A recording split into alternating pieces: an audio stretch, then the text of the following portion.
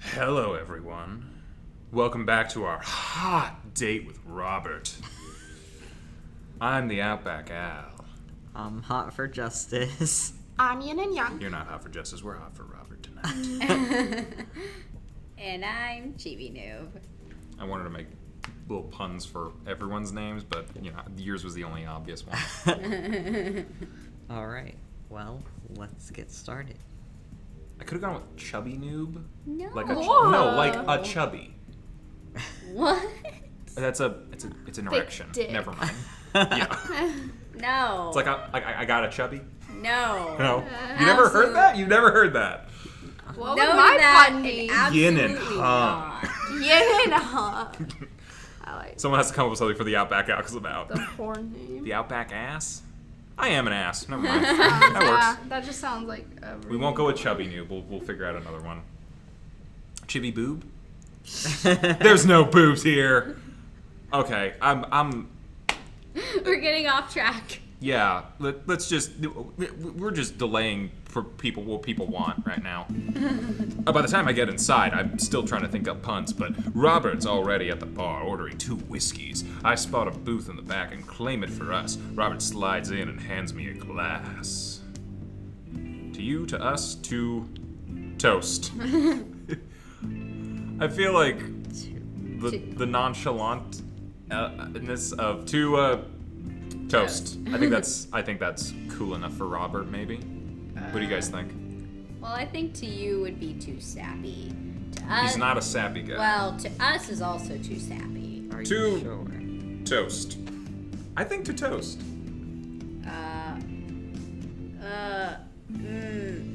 I don't want to screw anything up on this date. I kind of think probably. But at the same time, I don't want to look up a guide because I want us to lie. I feel like we look up guides too much in Monster Prom. Right. I don't think any of it will screw us up at this Gav. point. I see what you're doing. All What are you right, doing? fine. We'll be fine. Let's just toast this bitch. Okay, to toast. Toast.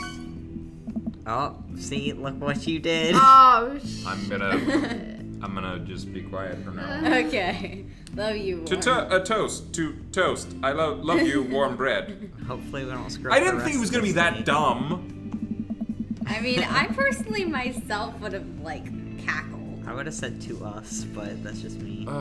He's looking at us. yeah, he didn't like that at all. We clink whiskey and I watch him sip his rather than his traditional approach of slamming the whiskey back as quickly as possible. I fucked up. So what's the plan for tonight? Nothing now, I guess. Hit some other bars, maybe grab some pizza. I think that'll kill some time before we go burn down that old abandoned house in the woods. Oh. Is that? Arson? Okay. It- Oh, that's me. It's definitely not as fun as fun if it's abandoned. Mary pops open over the back of the booth. A glass of wine in her hand. She punches Robert in the shoulder. Where was my phone call? Sorry, figured you were busy sinking your teeth into some poor sap. I am. He's right here. She doesn't realize she's the third wheel, does she? I look around the booth to see a guy sitting across from her. He waves meekly. You replacing me with the new kid? Mary, I could never replace you, whether I wanted to or not. I'm a leech. Mary leaves her booth and slides in next to Robert. The guy she was sitting with looks mildly relieved. She eyes Robert's clean-pressed clothes up and down suspiciously. What, do you got a court date coming up? I might. He does. He looks handsome. He'd never convince the jury. I would say that. That would be me. See, I don't want to say because I screwed up last time. That's right. But I would say that too. I would say he does. It's a date with... Oh no. I'm kind of feeling that too, but you shouldn't listen to me. I don't got charm. Let's do it. He'd never convince them. We can't always just go back and do it right. He would have had to shave first. Oh, there we go. He's cool with it. Seriously though, what's up with you? Robert stared down at his drink, suddenly looking serious. It's Pappy. Doctors say it's cirrhosis of the liver. I told that old bag of bones to quit it with the sauce, but it's all he's ever known, especially since Ma's gone. That's why I invited you out tonight. Just didn't want to be alone. Oh, come on. Squidward, don't be an asshole. You know the one thing Robert doesn't joke around about is his pappy. I did not know that. Oh, shit. But thank you for clarifying, Mary. They're giving him 2 months. I gotta help him straighten out his affairs. Damn. Okay. Shit. Robert, I'm so sorry. If this is an elaborate joke, I'm gonna be pissed. I gotta adjust the mic a little bit. Someone read that for me. Robert takes a long look at his whiskey, eyeing it in the dim glow of the bar's lights. I look at his life, then I look at mine, and I know history is just doomed to repeat itself. Oh my god. I'm just kidding. He's retired. He's retired with his new girlfriend in Acapulco. They watch the sunset every night, probably screw like donkeys. Wait, aren't rabbits the ones who screw a lot? Oh, sorry, didn't realize you were an expert on which animals screw a lot. Okay, that is a good setup to get someone. I'm gonna use that. Please stop saying the word screw.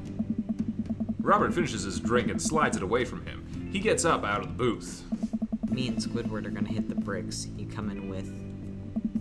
Mary casts one last glance at the sad sap she's been hunting and downs the rest of her wine in one gulp.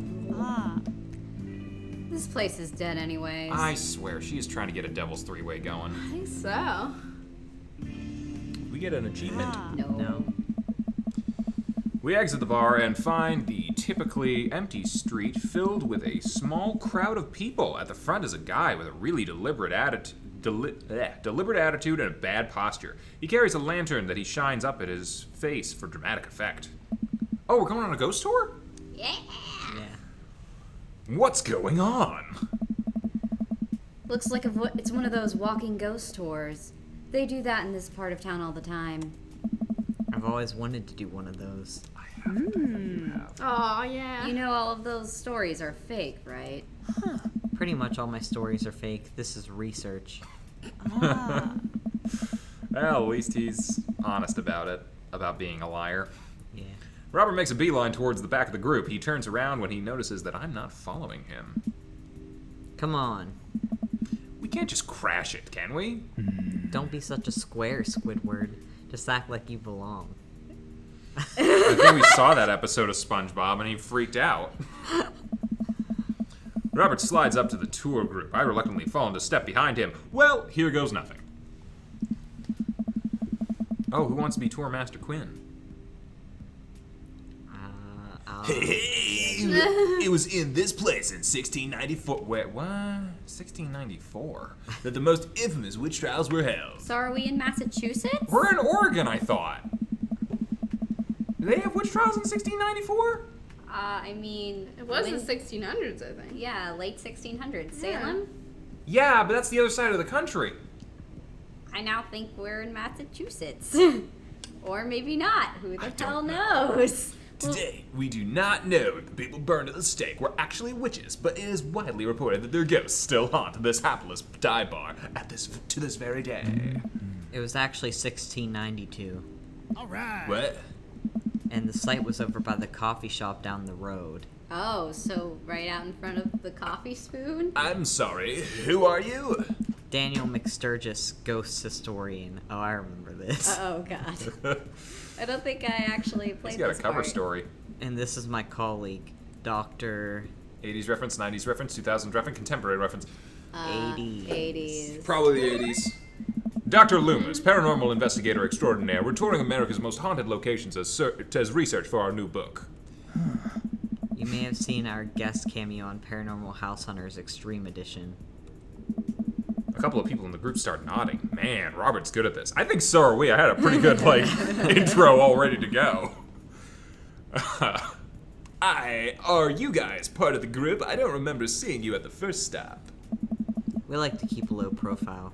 Easier to catch ghosts that way. Hey.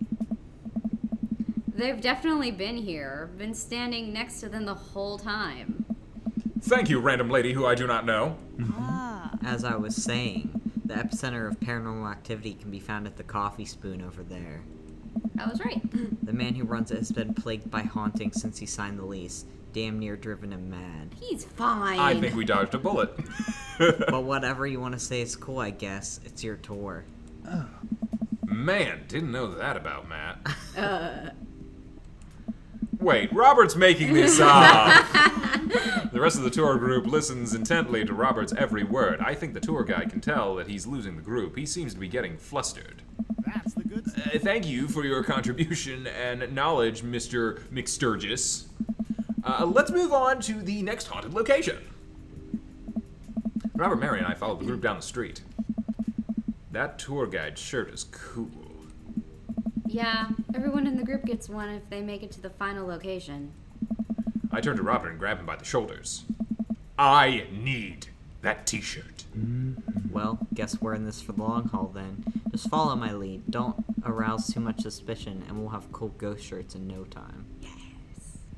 That's the good stuff. He's not wearing I feel a like ghost we're shirt. almost already wearing the same shirt. That cacti on his shirt? It looks like it. It's just like a Hawaiian shirt, I think. Yeah. And we're wearing a Hawaiian shirt with almost the same colors. Our group arrives at an old, decrepit, colonial-style house.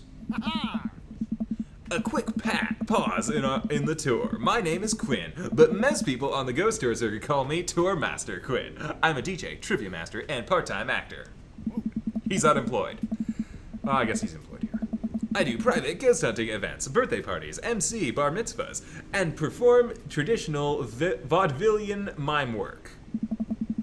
Tour Master Quinn gives out headshots to all of us. His resume is on the back. I guess it's not that silly. I think our shirt is actually kind of better. Yeah. Stage combat experience. Anyway, here's a little bit of history for all of you. This was the home of noted American author Dorothy Pembridge, whose prose was widely popular in the late 19th century. It was in the attic of this very home where she wrote such classics as The Diaries of a Victorian Mistress, Lady Fitzwilliam's Courtship, and The Ghost of Sea Captain Reginald Barclay. She unfortunately died of consumption shortly after the turn of the century, but several people have reported that on some nights you can see a light from the attic where the ghost of Miss Pembridge continues work on her latest bestseller. I guess you could say that she was consumed by her work. I'm so No sorry. reaction from the crowd. This guy needs to work on his dad jokes. Crickets. Actually, consumption is the popular cover-up. Little known fact is it was a murder-suicide. All right. I'm pretty sure she died of consumption. Sure. And we definitely didn't hire Stanley Kubrick to elaborately fake the moon landing. That's the watered-down, censored version they teach you in school. But if you can't handle the real story, I understand. It's not for the faint of heart. Can we, So sorry. I think everyone would much rather hear what this world-renowned ghost historian has to say. Right, everybody? The group murmurs in agreement. I am. This is a topic we cover extensively in our book. Dr. Loomis, would you care to tell the story? Oh, fantastic. Riff something highbrow, go with something I know, rely on amazing improv comedy skills. Oh, God. I feel like highbrow might be the way to go with this since we're supposed to be expert-y, you know? I don't know. Man. Amazing improv comedy skills sounds hilarious. Don't be an ass. Don't be an ass. We go with something we know. I don't know.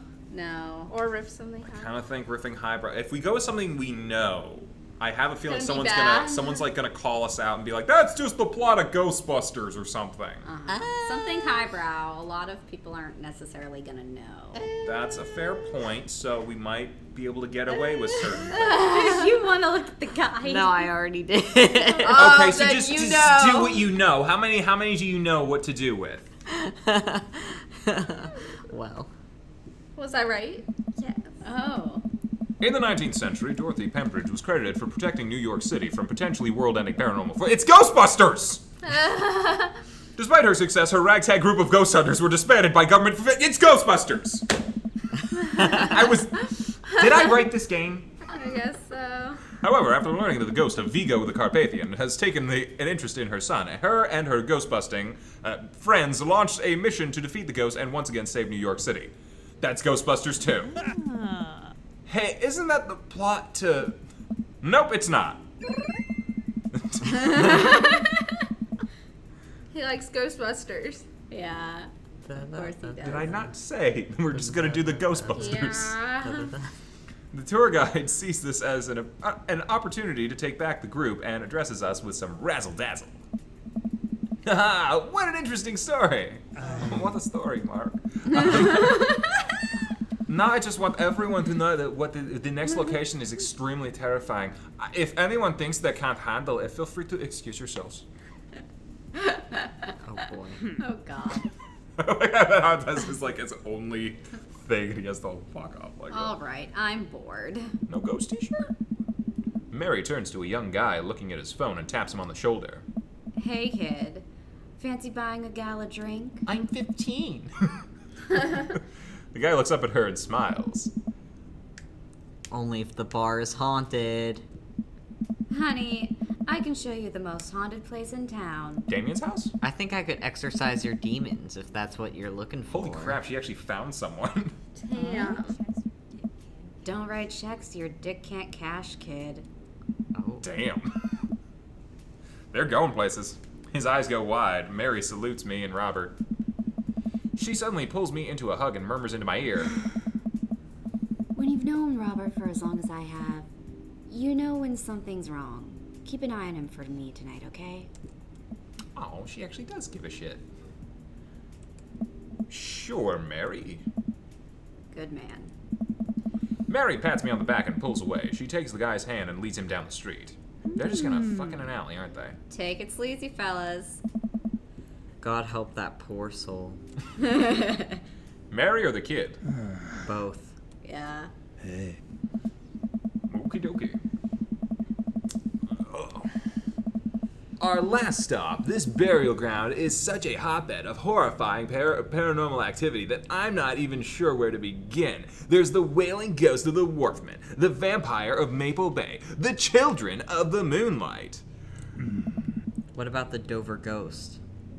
Oh god, the Dover ghost. I think that's something that will... Oh. It's alright. By this point, the tour guide is clearly irritated with us. We'll have to see how irritated he really is next time. Yeah. And we'll find out about the Dover ghost next time. Bye. Bye. Bye.